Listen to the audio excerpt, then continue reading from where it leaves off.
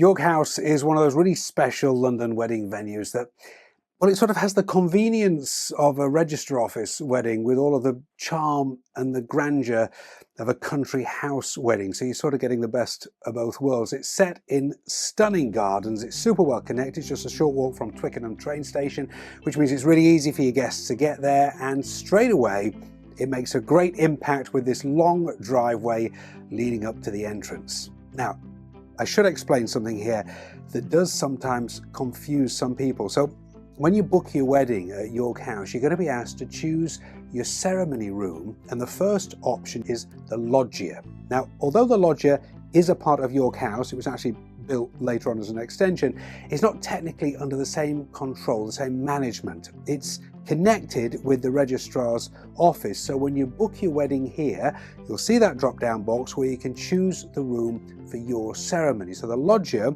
is actually the default. So you could say it's the standard option here. And if you want to upgrade to use one of the other spaces, you just choose one of those instead. Now, bear in mind that using the loggia means that you don't have access to some of the usual perks of York House. So that includes things like the options for personalizing room layouts. You get a bit of extra time to decorate your room if you want that. You get access down that lovely driveway for wedding cars and so on. Now, the loggia itself is a lovely room, actually. It's quite long and narrow, which means you can have a sort of a long aisle to really make a nice entrance. And there are doors that lead straight out onto the terrace for after the ceremony. Now, if you're marrying in one of the other rooms, you're going to enter through the main doors of the house. That's on the front of the house. And once you're inside, you're going to gather inside this little lobby area before you're going to be escorted into your ceremony room. Now, if you're the ones actually getting married, you'll probably be having your pre-ceremony interview with the registrars in this little room. Now, all of the rooms here are licensed for marriages. So let's start with the most popular, which is the winter garden. I love this room. It's basically a big conservatory, which means loads of light, lots of plants. And surprisingly, I've actually never known it get too hot in here. I don't know how they manage that. I mean, they certainly just open the doors, get a nice breeze going through. It's always very comfortable in here. The layout that you can see here is for when you've got more than 50 guests. If you have less than 50 guests, they set the chairs facing towards the garden. Either way is absolutely lovely. After the ceremony, you just open those doors, you simply step outside onto the terrace for confetti and for family group photos. But we're going to talk about the terrace a little bit more in a minute. Now, moving over to the salon, this is a very elegant space which gives ceremonies and wedding breakfasts here a real sort of sense of occasion without being overly formal or imposing. Whenever I've worked here, this room has actually been used for sit-down wedding breakfasts. But, you know, all of the rooms here are licensed and it could be used for your ceremony if you prefer.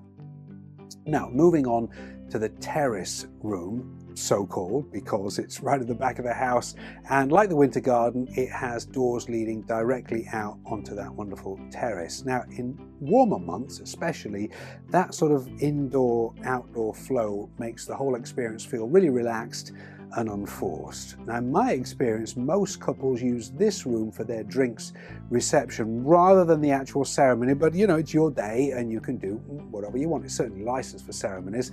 It works really well in the summer, especially as guests can just walk out onto that terrace as they like. It's a really lovely space.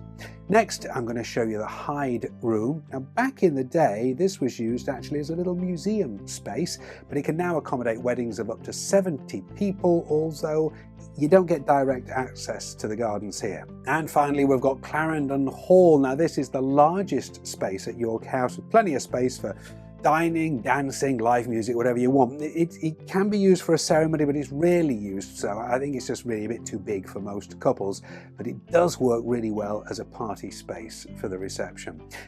I just want to give you a general note here about timings. Now, by default, your booking secures your room for 1 hour, but be aware that the clock starts 30 minutes before your ceremony. So say for a 3 p.m. ceremony, it's going to be yours till 3:30 p.m. The ceremony itself usually lasts about 20 minutes or so you've got just about 10 minutes extra. Some people think that the clock starts from the ceremony time itself, so do be mindful of that.